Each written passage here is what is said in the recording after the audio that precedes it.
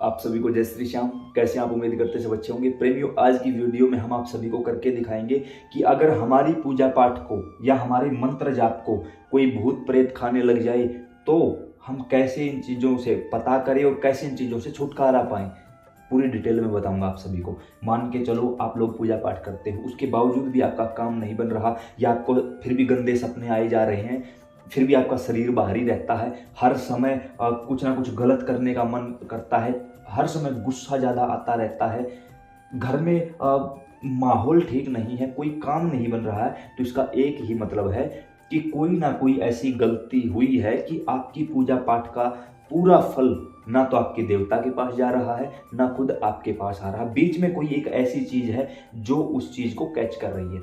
सबसे पहले तो जब कोई भी व्यक्ति भगवान की तरफ बढ़ता है तो घर के ही जो मरे हुए लोग हैं, जो किसी गंदे कर्म के कारण भूत प्रेत पिशाच आहुक पिशाचनी डाकनी किसी अन्य योनियों में चले गए हैं, वो इस चीज़ को खा लेते हैं। क्यों खा लेते हैं? मान के चलो आपने बाबा श्याम के नाम का दीपक जलाया, दीपक जलाने से होता क्या है? एनर्जी मिलती है। किसको? हमें नहीं, भगवान को।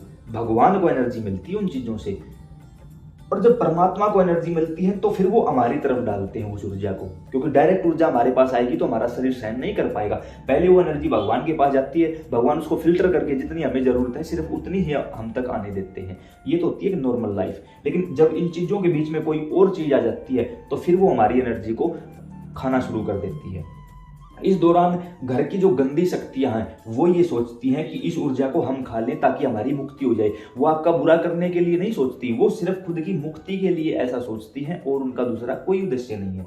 दूसरी बात, कोई चौक चौराहे की शक्ति जब आपके साथ आ जाती है तो वो भी उसको खाने लगती है। क्यों? देखो, सिंपल सी बात है कि जब घर में भूत प्रेत आ जाते हैं तो देवी देवता घर छोड़ देते हैं, देवी देवता आ जाते हैं तो भूत प्रेत घर छोड़ देते हैं, क्योंकि एक म्यान में एक ही तलवार रह सकती है। यहाँ पर घर की कोई गंदी शक्ति आ बैठी है आपकी ही पूजा पाठ पर, वो आपको जैसे दीपक जलाया उसने खा लिया, मंत्र जाप किया उसने खा लिया। फिर आप सोचोगे यार रात को गंदे सपने आते हैं, मैं तो दिन में सारा दिन माला करता हूँ फिर भी गंदे सपने आते हैं, मैं तो अच्छे कर्म करता हूँ, मैंने तो कोई दिमाग में गंदगी नहीं डाली फिर भी। क्योंकि वो चीज़ जानबूझ के आपको ऐसा महसूस करवाया जा रहा है। दो कारण होते हैं। एक, वो चीज़ आपको गिल्टी फील करवाना चाहती है कि यार मैं इतना गंदा हूँ, छोड़ देता हूँ पूजा पाठ को। और काफ़ी लोगों ने तो देखो, थोड़ा सा स्पष्ट बोल रहा हूँ, समझने की कोशिश करना क्यों बोल रहा हूँ। कुछ लोगों ने तो ये भी कहा है मुझे कि भाई मैं क्या करूँ, मेरा मन करता मर जाने का। मैंने कहा भाई क्या हुआ यार, रात को सोपन के माध्यम से मैं अपने ही माता बहन को गलत तरीके से देखता हूँ। आप नहीं करते, आपको गिल्ट फील करवाने के लिए ऐसा करवाया जा रहा है जानबूझ के, ताकि आप पूजा पाठ को छोड़ दो। और वो करवाने वाला कौन है? आपके घर की नेगेटिविटी, चाहे वो आपके घर के प्रेत हो या बाहर से आई हुई कोई शक्ति हो, वो ये सब कुछ करवा रही है, आप नहीं कर रही है। आज अभी इसी समय से इस गिल्ट को बाहर निकालो। महिलाओं के फोन आए हैं, अनमैरिड लड़कियों के फोन आए, सर क्या करूं, खुद का भाई गलत दिखाई देता है। अरे आप कुछ भी टेंशन मत लो, भूल जाओ इस बात को, दिमाग से निकालो। और दूसरी बात, जितने अगर ये सौपन आते हैं तो सुबह उठते ही पूरे घर में बताया करो, पूरे जितना हो सके उतना बताओ, जिस पर आपको विश्वास है। ऐसे ही हर किसी को बताते फिरोगे, लोग मजाक बना लेंगे। जिस पर आपको विश्वास है उनको बताओ कि मेरे साथ ऐसा हो रहा है। क्यों? अच्छे सौपन बताओगे तो उसका प्रभाव खत्म हो जाएगा, उसी प्रकार बुरे सौपन बताओगे तो उसका प्रभाव भी खत्म हो जाएगा। उसके लिए सबसे पहले तो जो आपका पूजा पाठ का नियम है उसको बदलो। कैसे बदलना होगा? अपने पूरे घर में जहां आप पोछा लगाते हो सबसे पहले झाड़ू लगाओ, फिर नमक डालो, नमक का पोछा लगाओ पूरे घर में, कम से कम 11 दिनों तक नमक का पोछा लगाओ। उसके बाद यह काम आप सुबह कर सकते हो, क्योंकि लगभग झाड़ू पोछा काम सुबह ही होता है, तो सुबह नमक का पोछा लगाओ। कोई भी लगा सकता है, मासिक धर्म के दौरान महिलाएं थोड़ा सा इस बात का ध्यान रखेंगी, बाकी कोई भी कर सकता है इस काम को। पोछा लगाओ। घर के जो देवी देवताओं का मंदिर है, मान के चलो ये हमारी प्रतिमा है बाबा श्याम की, इस प्रतिमा को पहले नमक के जल में थोड़ा सा कपड़ा गीला करो, इससे साफ करो। इस स्थान को पूरी तरह नमक से साफ करो, उसके बाद गंगा जल से साफ करो, फिर इस प्रतिमा को साफ करो। जो आपके यहाँ दीपक होते हैं उस दीपक को भी आप गंगा जल से साफ करोगे, यानी हर एक चीज में गंगा जल का छिड़काव करोगे आप। उसके बाद घर में दीपक जलाने से पहले पूरे घर में गंगा जल का छिड़काव करोगे, दीपक नहीं जलाना है, गंगा जल का छिड़काव करोगे। एक भी घर का कोई कमरा कोई कोना बचना ना चाहिए। घर में एंटर, किसी भी कोने में एंटर करते हो, इस उंगली के माध्यम से जल का छिड़काव करो। जो ये तीसरी उंगली है ना, जिसके अंदर अंगूठी डाली जाती है, उस उंगली से पूरे घर में जल का छिड़काव करो। जैसे ये जल है तो ऐसे ऐसे करके पूरे घर में जल का छिड़काव करना है हमें। गंगा जल का छिड़काव, प्योरली गंगा जल का, ये नहीं कि जल में गंगा जल नहीं, प्योरली गंगा जल का छिड़काव करना है। उसके बाद एक कपूर लो आप, कपूर को आप जलाओ। जैसे ये हमारे पास कपूर है, हम आपको थोड़ा सा करके दिखाते हैं। तो फिर इस कपूर को हमें जलाना है, घर के मंदिर में नहीं जलाना है, वैसे ही जला लेना है आपको एक बार। जलाने के बाद ये कपूर चल चुका है। अब पूरे घर में हम clockwise, not anti clockwise, clockwise परिक्रमा लगाएंगे पूरे घर में। इस समय हम हनुमान चालीसा का पाठ करेंगे, बोल बोलकर, जोर जोर से बोलते, जय हनुमान ज्ञान गुण सागर जय कपीश, ऐसे बोल बोल के पूरे घर में। एक कमरे में गए, उस कमरे के 4 कोने होते हैं, चारों कोनों में जाएंगे हम इस दीपक को लेके, या कोई और ऐसी चीज ले सकते हो जिससे हाथ भी ना जले, और दीपक जला सकते हो, कपूर जला सकते हो। मैं कहूँगा कपूर जलाओ आप, इसके अंदर ज्यादा एनर्जी होती है। पूरे घर में आपको परिक्रमा लगानी है, पूरे घर में। उसके बाद इस दीपक को ऐसी जगह रख दो जहां से इसका धुआं या इसकी अग्नि खुले आकाश की तरफ जाए। लगे कि घर थोड़ा सा बड़ा है, 2 कपूर जला लो, 3 जला लो, आपकी मर्जी है। कपूर हुआ, उसके बाद आप अपने घर के मंदिर में बैठिए, दीपक जलाइए। मान के चलो यही दीपक हमने जला लिया है। इसके बाद दीपक जलाते समय बोलोगे, हे बाबा श्याम, यह दीपक आपके लिए जलाया है, तो नेगेटिविटी इसमें स्थान नहीं ले सकती। ये हमारे हाथ में जल है, ये बीच की 2 उंगलियां डालिए और दोनों तरफ थोड़ा सा जल का छिड़काव करिए, बस। अब ये दीपक उसी देवता के नाम का है और उसी के पास पहुंचेगा जिसकी प्रतिमा सामने रखी है। इसलिए हम बोलते हैं, अगर मंदिर में, घर के मंदिर में 1 या 2 ही प्रतिमाएं रखो और उन्हीं के नाम का दीपक जलाओ। कुछ लोग करते क्या, 200 प्रतिमा रख देते हैं, दीपक एक जलाते, किस देवता के पास जाएगा। अब एक देवता सामने बैठा है, एक दीपक जल रहा है, बिल्कुल स्पष्ट बात है, बिल्कुल स्पष्ट बात है। अब ये मत पूछने लग जाना दीपक घर कैसा होना चाहिए, मंदिर कैसा, सारी वीडियो बना रखी है भाई, देख लो, एक वीडियो में सारी बात बताऊंगा, वीडियो लंबी हो जाएगी।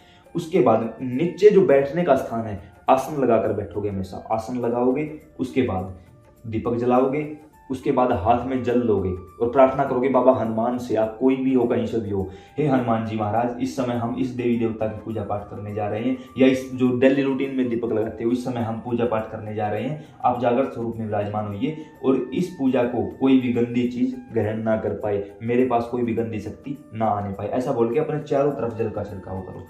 बाबा हनुमान मौजूद हो चुके हैं, लक्ष्मण रेखा बनाई जा चुकी है, अब यहाँ किसी नेगेटिविटी का प्रवेश नहीं हो सकता। हाँ, जब आप चाहोगे, ये बोलोगे कि कोई गंदी शक्ति है, तो उसको शरीर पर हाजिर करो, फिर बाबा हनुमान के दूत उस चीज को पकड़कर आपके शरीर पर सवारी के रूप में खिलवा देंगे। उसके साथ ये हमारे पास अभिमंत्रित सरसों है, आप खुद भी अभिमंत्रित कर सकते हो, हमने यूट्यूब पर वीडियो पहले से डाल रखी है, याद रहा तो डिस्क्रिप्शन में लिंक डाल देंगे। इसके साथ साथ हमने एक वीडियो और बनाई है, जल विधि, कपूर विधि, दीपक विधि, जाप विधि, पाठ विधि, एक ही वीडियो में सब कुछ करके दिखाया है, सब कुछ। अब मेरे हिसाब से 5-7 मिनट की वीडियो है, एक बार उस वीडियो को जरूर देख लेना, याद रही तो उसका लिंक भी नीचे डिस्क्रिप्शन में हम डाल देंगे। जब आपको जाप करना होता है, उस जाप के दौरान अपनी माला को, जो ये माला है, कुछ लोग क्या गलती करते हैं, यही गलती करते हैं, यहीं से जाप करते रहते हैं, नहीं, बहुत गलत बात है ये, ऐसा नहीं करना चाहिए। आपको माला हमेशा गोमुखी के अंदर रखनी, ये गोमुखी है, इसको गोमुखी बोलते हैं, जिसके अंदर माला रख के की जाती है। गोमुखी के अंदर माला रख के जो पहली उंगली है ये अपने आप बाहर हो जाएगी, बाकी उंगली अंदर रहेंगी। अब आपकी माला चलेगी, सर के ऊपर कपड़ा होना चाहिए, नीचे आसन होना चाहिए और मानसिक रूप से जाप करो, बोलकर जाप नहीं करना है आपको, मानसिक मन में, या फिर इतना जाप करो कि आप बोलो आपको ही सुनाई दे, किसी दूसरे को सुनाई ना दे, मानसिक रूप से।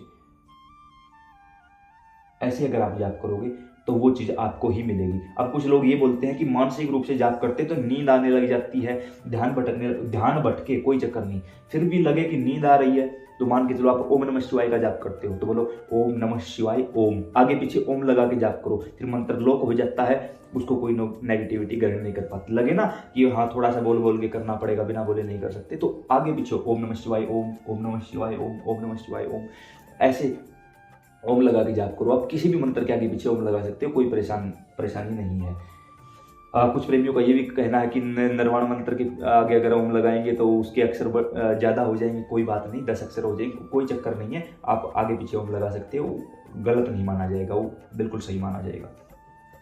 इस तरीके से जब आप जाप करोगे, इस तरीके से जब आप पूजा पाठ करोगे, और इस तरीके से जो मैंने बताई है कपूर विधि, जल विधि, दीपक विधि, पाठ विधि, जाप विधि, वो वीडियो को देखोगे और कम से कम 21 दिनों तक घर में लगातार सेम यही प्रक्रिया दोहराओगे तो आपके घर की जो नेगेटिविटी वो उठकर बाहर चली जाएगी। हो सकता है इन 21 दिनों में आपके घर में लड़ाई झगड़े बढ़ जाए, आपका काम रुक जाए, आपको लगे कि चारों तरफ से आफत मेरे पास आ रही, वो आ नहीं रही है, वो जा रही है। जब किसी चीज़ को उखाड़ कर घर से बाहर फेंकोगे तो जो उससे बन पड़ेगा वो खुद भी तो करेगी, इसलिए घबराने की कोई आवश्यकता नहीं है। उन चीज़ों को बाहर की तरफ धकेलो और कम से कम 21 दिनों तक।